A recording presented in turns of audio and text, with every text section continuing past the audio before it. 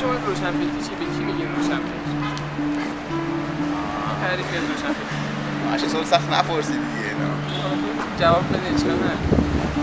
روشنفکر از دیدگاه شما کیه؟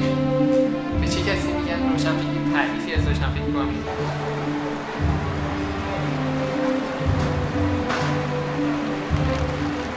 به نظر من روشنفکری مقداری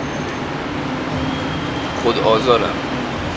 شاید خیلی ها که روشنفکر نیستن خیلی راحت‌تر دارن زندگی میکنن. موضوع خیس میدونن از نظر. آره.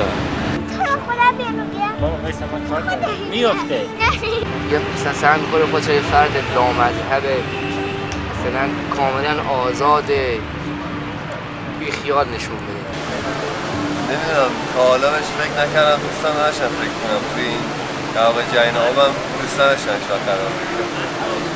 دوست داشتم زندگی راحت آروم بدون دغدغه بدون مشغله ذهنی که فقط افکارات پوچیه از نظر من خودم رو درگیری رو میکنم. دوست نداشتم فقط واردش هم نشدم.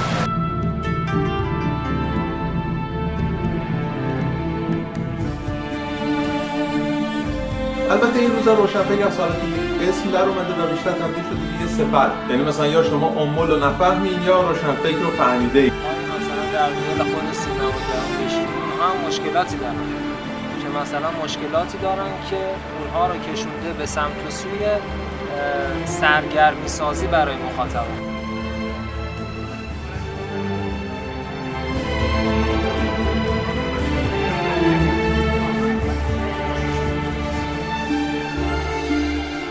ما همه نویسنده همون روشنفکرن، همه سیاستمدارامون روشنفکرن، میگن هر فرق خودمون.